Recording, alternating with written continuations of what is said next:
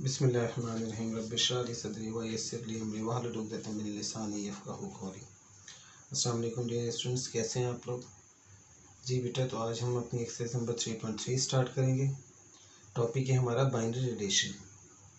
इसे समझने के लिए आपने पहले ये लेट कर लेना है कि अगर आपके पास एक सेट है ए 1 2 3 4 और एक सेट है बी ए बी, ये जो मर्ज़ी आप ले लें, ठीक है। यहाँ भी आप जो मर्ज़ी ले लें। अब हमने इसका कार्टेशियन प्रोडक्ट निकालना है। हमने प्रोडक्ट ए क्रॉस बी, जैसे आप ए यूनियन बी लेते हैं, A intersection B, A minus B, इसी तरह से हमने ए क्रॉस बी लेना है।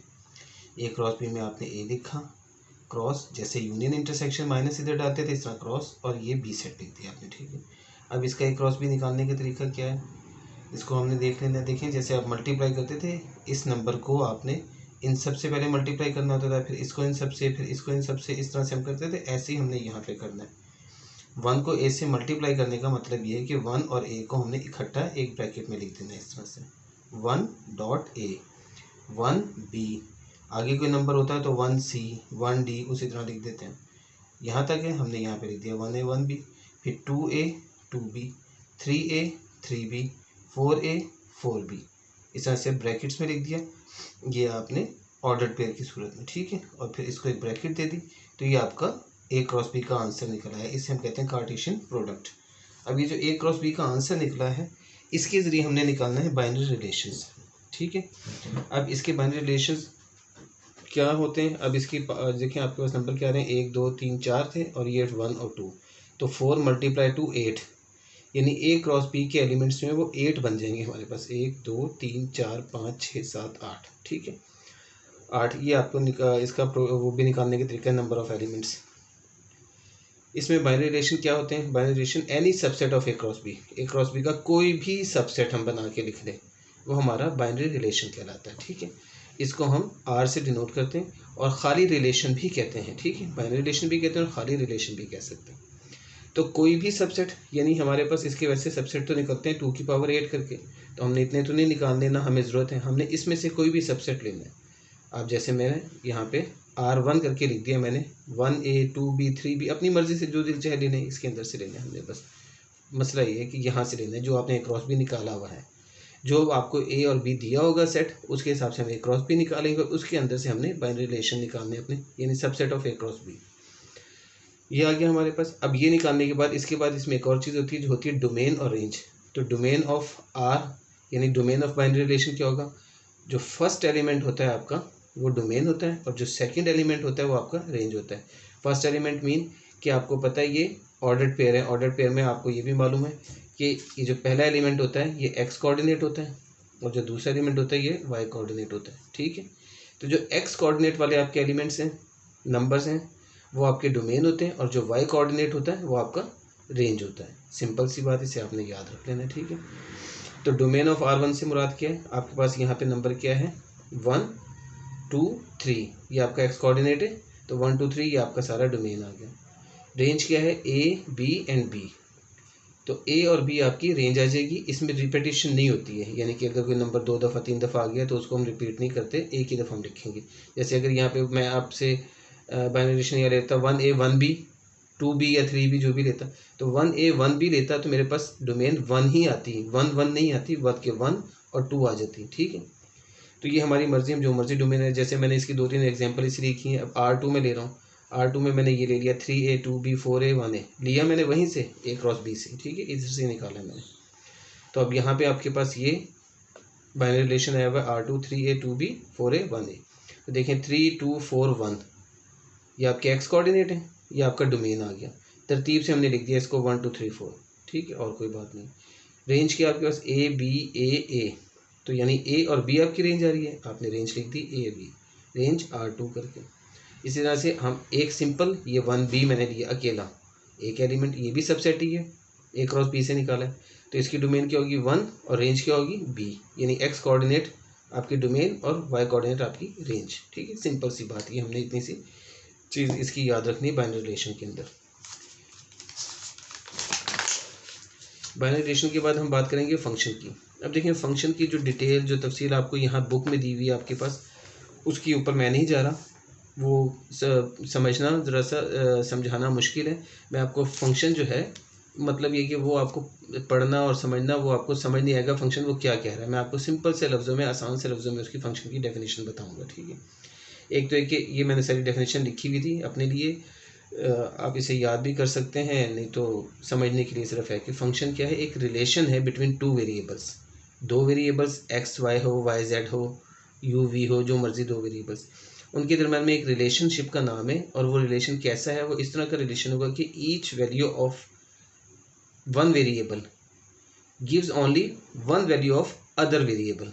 अब दो वेरिएबल हैं तो उनमें एक होता है इंडिपेंडेंट वेरिएबल और एक होता है डिपेंडेंट वेरिएबल। कौन सा इंडिपेंडेंट कौन सा डिपेंडेंट, वो बात की बात है, ठीक है। जो हम फंक्शन लिखते हैं उसके हिसाब से हमें पता चलता है कौन सा इंडिपेंडेंट कौन सा डिपेंडेंट है। अब ये सब जो मैंने बोला इसकी क्या तफसील है, क्या चीज़ है, वो मैं आपको भी एग्जांपल करके सिखाता हूँ और बताता हूँ, ठीक है। आसान लफ्ज़ों में फंक्शन को हम डिनोट करते हैं नॉर्मली एफ से, जी और एच से भी डिनोट कर देते हैं, लेकिन एफ से ज़्यादातर करते हैं, ठीक है। लेकिन अकेला एफ नहीं होता, इसके साथ आपने वेरिएबल लिखना होता है और वो मोस्ट प्रोबेबली एक्स ही हम लेते हैं, ठीक है। G x, h x, f x, इस तरह से करके ये फंक्शन आ जाते हैं हमारे पास। अब यहाँ पे अब आप नीचे हैं, यहाँ से आपको फंक्शन नजर आ जाएगा। अगर हमने एफ एक्स को लिया हुआ एक्स प्लस टू, तो हम लेट कर लेते हैं y is equal to f x को हम वाई के बराबर लेट कर लें तो क्या चीज़ बन गई, ये इक्वेशन सी बन गई y is equal to x plus two. ये आपका एक फंक्शन है, y is equal to x plus two is a function, ये एक फंक्शन है। और इसमें आप देखें दो वेरिएबल नजर आ रहे हैं आपको, एक्स और वाई। अब मैं उस डेफिनेशन की बात कर रहा हूँ जो मैंने अभी ऊपर पढ़ी। इसमें एक्स को मैं कहता हूँ इंडिपेंडेंट वेरिएबल है और वाई कहता हूँ डिपेंडेंट वेरिएबल है। क्यों कह रहा हूँ उसकी वजह मैं आपको बताता हूँ। लेकिन जो आपके पास राइट हैंड साइड पे लिखा हुआ होगा वो आपका इंडिपेंडेंट वेरिएबल होगा और वो एक नंबर भी हो सकता है, इस तरह से एक्स प्लस टू या एक्स माइनस फोर या एक्स प्लस या टू एक्स प्लस थ्री या three x plus four, three x minus seven, इस तरह से, और वाई अकेला होगा, ठीक है। अब होता ही है कि हम एक्स की वैल्यू जो पुट करेंगे तो वाई का आंसर निकलेगा, यानी एक्स के ऊपर वाई डिपेंड कर रहा है। एक्स की वैल्यू लिखूंगा तो वाई का आंसर आएगा, इसलिए एक्स इंडिपेंडेंट होता है और वाई डिपेंडेंट होता है। मैं एक्स की वैल्यूज पुट करता जाऊंगा, वाई के आंसर आते जाएंगे और हर एक वैल्यू पे एक्स की वाई का एक आंसर आएगा। ये है वो मतलब जो मैंने वहाँ आपको बताया था कि एक्स की एक वैल्यू पे वाई का एक ही आंसर आएगा। अगर एक्स की एक वैल्यू पे वाई के दो आंसर आ जाते हैं तो वो डिपेंडेंट, वो फिर फंक्शन ही नहीं होगा। बिलफर्स यहाँ वाई की जगह लिखा हो y square is equal to x plus two और एक्स की वैल्यू मैं टू पुट करूँ तो टू प्लस टू फोर आ जाएगा, यानी y square is equal to four, तो वाई का आंसर निकलेगा plus minus two. This means this is not a function, कि एक्स की एक वैल्यू वाई के दो आंसर नहीं दे सकती, वो फंक्शन नहीं है, फिर वो कुछ और है, ठीक है, वो फंक्शन नहीं है। तो हमेशा हमारे पास यहाँ वाई जो होगा इसका मतलब अकेला होगा पावर वन के साथ। एक्स के अंदर आपकी पावर कुछ भी हो सकती है, एक्स स्केयर भी होता तो एक्स स्केयर है, एक्स की वैल्यू वन पुट करूंगा, वन का square one plus two three आ गया आंसर। एक्स की वैल्यू टू है तो टू का square four, four plus two six, y का आंसर सिक्स आ गया, यानी एक्स की एक वैल्यू से वाई का एक ही आंसर निकल रहा है। तो ये हमारी लॉजिक है जो फंक्शन की डेफिनेशन थी उसके हिसाब से, ठीक है। तो हमने ये याद रखना है, इससे डिपेंडेंट और इंडिपेंडेंट वेरिएबल के हिसाब से भी शायद पूछ लिया जाए आपसे, वैसे यहाँ उसके बारे में नहीं बताया उन्होंने आपको इस बुक में। अब देखिए मैं आपको यह पुट करके दिखा रहा हूँ वैल्यूज़। जैसे हम पुट करते हैं एक्स की जगह zero one two three so जो मर्जी पुट कर लें। एक्स की जगह जीरो पुट किया मैंने तो देखें वाई इज इक्वल टू क्या है, zero plus two two. One put करूँ तो y plus one plus two three, two put करूँ तो टू प्लस टू फोर। देखें एक्स की एक वैल्यू से वाई का एक ही आंसर आ रहा है, इस तरह से ये आंसर आते जाए। इस तरह हम जो मर्जी पुट करते जाएं इस तरह से आंसर आते जाएंगे उसके, ठीक है। अगर एक्स की वैल्यू माइनस, ये प्लस में भी हो सकती है माइनस में भी, नो उसमें इशू, वन ओवर टू भी हो सकती है, थ्री बाई फोर भी हो सकती है, जो मर्जी आप पुट करें आएगा एक ही आंसर वाई का, ठीक है। अगर इक्वेशन की शक्ल ये होगी y इज इक्वल टू करके, नॉट वाई स्केयर, ठीक है, ये हमने ख्याल रखना है, not y square y cube y four इस तरह से नहीं, ठीक है, सिंपल वाई। माइनस से पुट करता तो देखें y minus three plus two minus one answer आ जाएगा। जो भी आंसर होगा एक ही आंसर आना है, ठीक है। अच्छा खैर इसको हम भूल जाते हैं। अभी मैंने देखें ये वैल्यूज़ लिखी हैं zero one two three four, इस तरह से एक्स की जगह मैं लिखूँ value zero one two three, y की जगह आंसर उसके आ रहे हैं फिर टू थ्री फोर फाइव, जैसे ये टू थ्री फोर फाइव। ये मैंने आपको एक वो इक्वेशन फंक्शन की शक्ल बता के दिखा रहा हूँ कि ये चीज़ कि एक्स की एक वैल्यू से वाई का एक आंसर, एक्स की एक वैल्यू से जीरो से टू, वन से थ्री, टू से फोर, थ्री से फाइव, इसी तरह फोर से सिक्स, फाइव से सेवन, सो ऑन, वो आते जाएंगे, ठीक है, जो भी आंसर है। तो ये क्या वन टू वन रिलेशन कहलाता है, ये वन टू वन फंक्शन इसे हम कहते हैं कि हर एक वैल्यू पे एक आंसर, हर एक वैल्यू पे एक आंसर। हाँ ऐसा हो सकता है कि एक्स की एक वैल्यू वाई के दो आंसर दे, ये पॉसिबल नहीं है, वो फंक्शन नहीं है। लेकिन ये हो सकता है कि एक्स की दो वैल्यूज़ पे वाई का एक ही आंसर आ जाए, वो हम कह सकते हैं उसे फंक्शन। यानी कि एक्स की दो वैल्यूज 0 भी और 1 भी, वाई का एक ही आंसर निकाल दे, 2 या 3 या 4 या 5, सो जो मर्जी निकाल दे। यानी कि दो एक्स की वैल्यूज एक ही आंसर दे सकती हैं, उसमें कोई मसला नहीं है।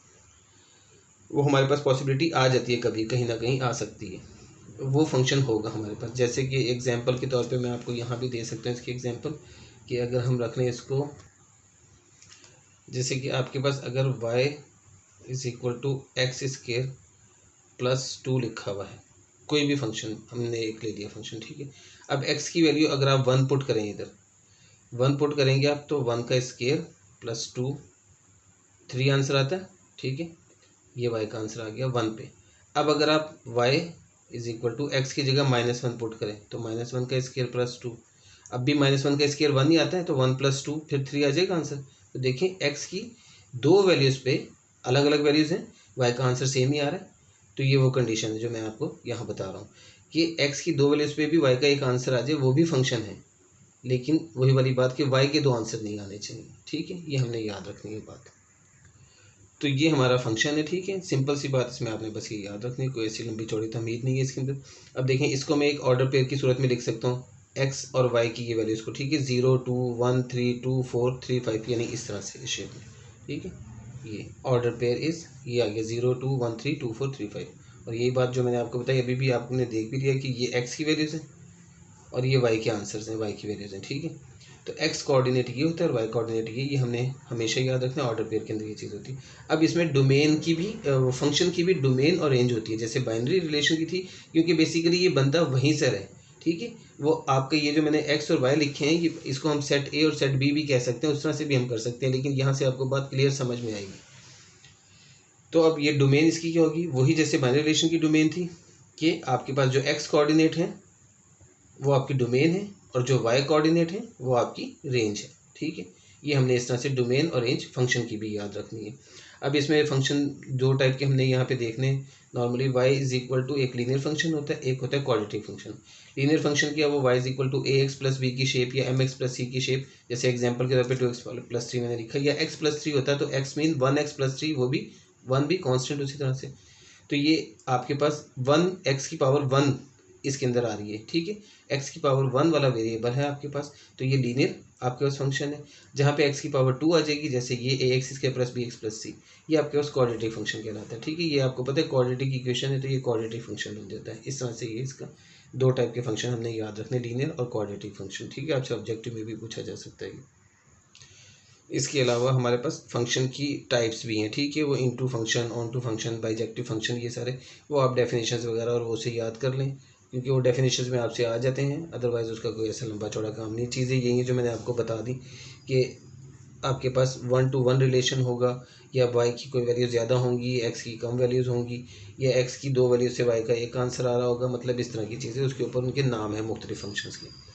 तो खैर, अब हमारे अपनी एक्सरसाइज के ऊपर, एक्सरसाइज 3.3 हम स्टार्ट करने लगे।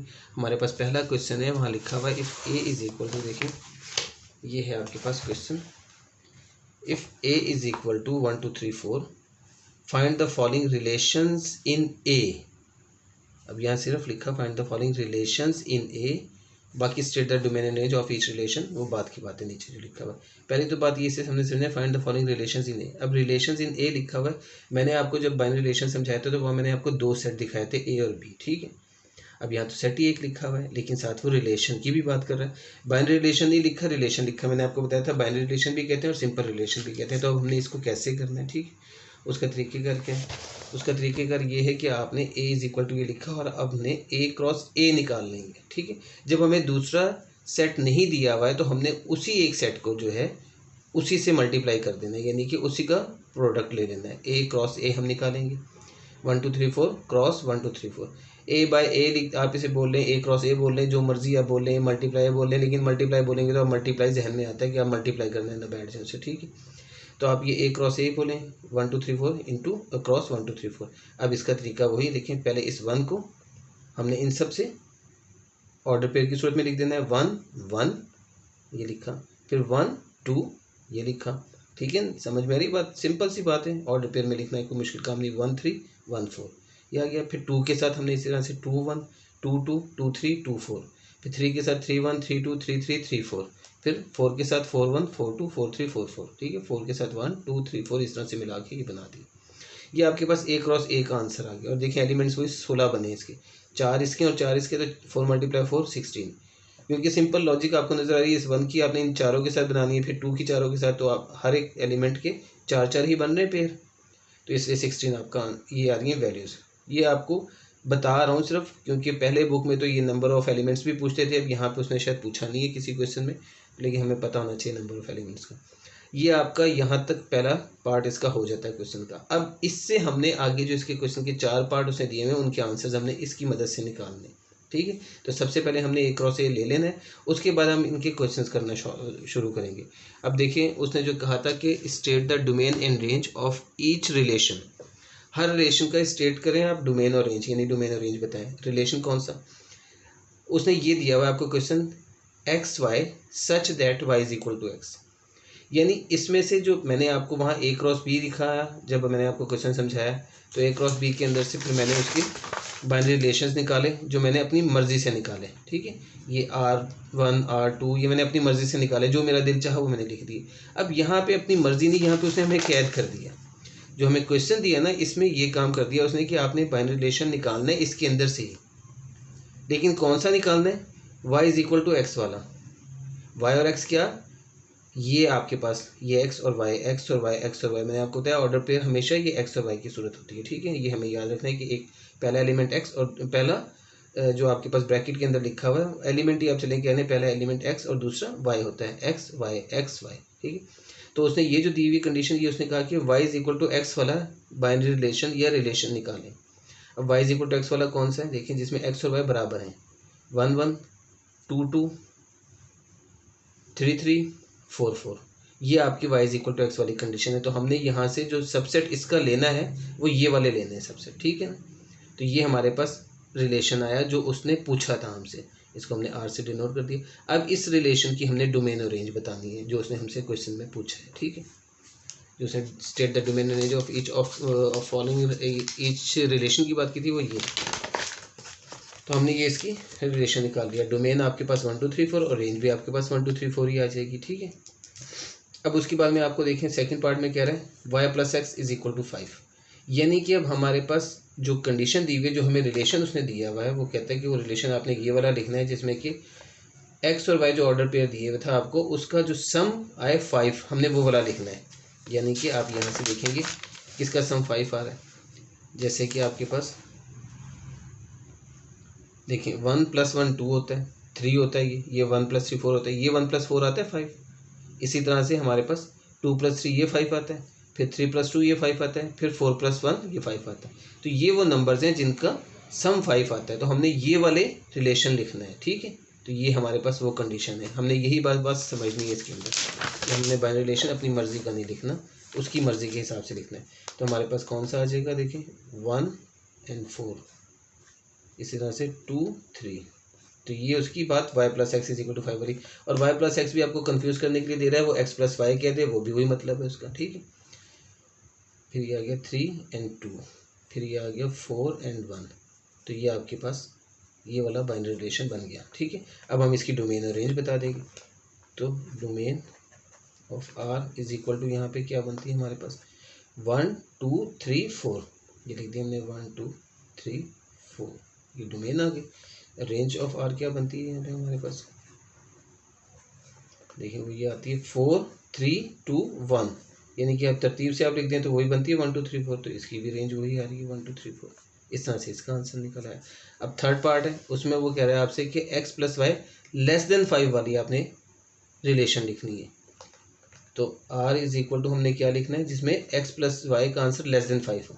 अब लेस देन 5 यानी कि देखें 1 और 1 लेस देन 5 है, 1 और 2 इसका सम भी लेस देन 5 आना है, 1 और 3 इसका सम भी लेस देन 5 आना है। देखिए 1 + 1 2, 1 + 2 3, 1 + 3 4। अगर हम 1 + 1 और 4 लिखेंगे तो 1 और 4 का जो सम है वो 5 आता है, तो वो हमें नहीं चाहिए, इस कंडीशन के मुताबिक वो नहीं हमने लिखना है, ठीक है। तो हम वो छोड़ के उसके बाद 2 1 ये सारे मैं वहीं से लिख रहा हूँ, ठीक है। 2 1 के बाद 2 2, फिर 2 3 नहीं लिखूँगा क्योंकि वो 5 होता है, फिर 3 1, फिर 3 2 नहीं लिखूँगा क्योंकि वो 5 होता है, फिर 4 1 नहीं लिखूँगा क्योंकि वो भी 5 होता है, फिर 4 के सारे 5 से अबव हो जाएंगे। तो हमारे पास ये वाला रिलेशन बनता है जिसमें कि आपके पास जो x + y <= 5 वाली उसने कंडीशन दी हुई है हमें, ठीक है। तो ये आपके पास R आ गया। अब आपने इसकी डोमेन और रेंज उसी तरह से लिख देनी है। डोमेन ऑफ R = देखिए 1 1 1 2 2 3, यानी कि 1 2 3 ये आपकी डोमेन आ गई, 1 2 and 3, क्योंकि मैंने आपसे कहा कि रिपीट नहीं करना हमने नंबर, बस एक दफ़ा उसे लिख देना है जो भी आया हुआ। रेंज ऑफ R, रेंज देखिए 1 2 3 1 2 1, यानी कि 1 2 3 आ रही है बस सिर्फ 1 2 3, ये भी रेंज भी वही आ गई। ये देखें हर क्वेश्चन में सेम आ रहा है डोमेन और रेंज, इसका मतलब हरगिज़ ये नहीं कि डोमेन और रेंज सेम आएगी, डोमेन कुछ और रेंज कुछ हो सकती है, ठीक है। इसमें आपके पास 1 2 3 1 2 2, ठीक है। तो ये आपके पास डोमेन और रेंज आ गई इसकी। अब इसका लास्ट पार्ट है, उसमें वो कहता है x + y > 5। अब हमने R वो वाला लिखना है जिसमें आपका आंसर > 5 आ रहा है, यानी कि 1 वाला जो रिलेशन था 1 2 1 1 1 3 1 4 तक तो हम है नहीं, 2 पे आते हैं हम, 2 4 2 4 का रिलेशन हमारे पास वहाँ पीछे बना हुआ है। 2 3 तक 5 आता है, 2 4 लिखेंगे हम क्योंकि > 5 चाहिए, फिर 3 3 ये भी > 5 आ जाएगा, 3 4 ये भी > 5 आ जाएगा, फिर 4 के पूरे हो गए 4 2 4 3 एंड 4 4, ये वाले सिर्फ रिलेशंस हैं जो कि > 5 बताते हैं आपको, ठीक है। > 5 इससे आंसर आ रहा है, देखने 2 + 4 6, 3 + 3 6, 3 + 4 7, 4 + 2 6, 4 + 3 7, 4 + 4 8, तो > 5 वाले ये रिलेशन आ गए। अब हम इसकी उसी तरह से डोमेन और रेंज लिख देंगे। डोमेन ऑफ R 2 3 3 4 4 4, तो यानी 2 3 4 आ गई, 2 3 4, और रेंज ऑफ R लिख देंगे, वो आ रही है 4 3 4 2 3 4, यानी कि 2 3 4 ही आ रही है। यहाँ भी सेम ही आ गई है, चलें कोई बात नहीं, उसने सब में सेम ही तकरीबन आपके पास बनी 4 3 4 2, ठीक है। 2 3 4 ही आती है रेंज, तो ये आपके पास इसकी रेंज आ जाएगी, ठीक है। तो ये आपका फर्स्ट क्वेश्चन हो गया। अब सेकंड क्वेश्चन है, सेकंड क्वेश्चन ज़बानी है, इसमें वही वाली बात जो मैंने आपको कहा, फंक्शंस आप जो टाइप्स हैं उसकी वो आप याद कर लेंगे, उससे ये आंसर निकल आता है। Which of the following diagrams represent functions end of which type. पहले तो कह रहा है कि कौन सी डायग्राम्स फंक्शन है और फिर अगर है तो कौन सी टाइप। देखिए पहली चीज़ ये आ गई, पहली फिगर, इसमें x की एक वैल्यू पे y के दो आंसर आ रहे हैं, 1 पे a भी आ रहा है आंसर, 1 पे b भी आ रहा है आंसर, ठीक है। ये मतलब a सेट और ये b सेट है, यानी x कोऑर्डिनेट और y कोऑर्डिनेट वाली बात, ठीक है। x की एक वैल्यू से y के दो आंसर, तो ये फंक्शन ही नहीं है, पहला सिंपल सी बात है। दूसरा है आपके पास फंक्शन है क्योंकि एक एक वैल्यू पे एक एक आंसर। तीसरा भी फंक्शन है क्योंकि एक एक वैल्यू पे एक एक आंसर, ठीक है। चौथा भी फंक्शन है, ठीक है, क्योंकि y की एक ही आंसर आ रहा है, x की दो अलग वैल्यूज़ पे भी y का एक आंसर आ रहा है, तो फंक्शन है, ठीक है। अब इसमें देखें ये इस पे भी, जैसे 1 पे x आ रहा है आंसर, m पे भी x आ रहा है आंसर, n पे z आ रहा है आंसर, तो ये आपको सिर्फ समझाने के लिए उसने फंक्शन का बताया। अब ये कि आंसर आपके कि 1 पे कैसे x आ जाएगा, m पे कैसे x आ जाएगा दोनों पे, तो ये इसकी सेंस में नहीं आपने जाना। अब ये बात ये कि ये फंक्शन है क्योंकि x की दो वैल्यूज़ पे भी y का एक आंसर आ रहा है, जो मैंने आपको एग्जाम्पल करके पीछे बताया भी था, ठीक है, कि ऐसा पॉसिबल है। तो ये दो आंसर आ गए इस पर, तो ये भी फंक्शन है। अब ये टाइप इसकी बतानी है हमने, कौन से टाइप है। ये दोनों जो है आपके पास ये 1 to 1 फंक्शन, ये देखें एक एक वैल्यू पे आंसर आता जा रहा है सेम, ये बाइजेक्टिव फंक्शन होता है, बाइजेक्टिव, ठीक है। ये आप वहाँ से डेफिनेशन से याद कर लेंगे, आपको पता चल जाएगा। और ये वाला जो है जिसमें कि आपके पास क्या होता है कि हर ये वैल्यूज़ पे, ये दो वैल्यूज़ पे एक आंसर तो आ रहे हैं, ठीक है, लेकिन क्या एक एलिमेंट यहाँ पे आ रहा है अकेला, जिसका इसके साथ रिलेशन नहीं बना हुआ है। जब इस किस्म की कंडीशन आ जाए कि कोई एक एलिमेंट आपके पास कम से कम एक एलिमेंट बच जाता है वाई वाले पोर्शन में, ठीक है, वाई वाली साइड पे, तो इसका नाम है इनटू फंक्शन, ठीक है। एक मिनट में आपको कंफर्म करके भी बता दूं।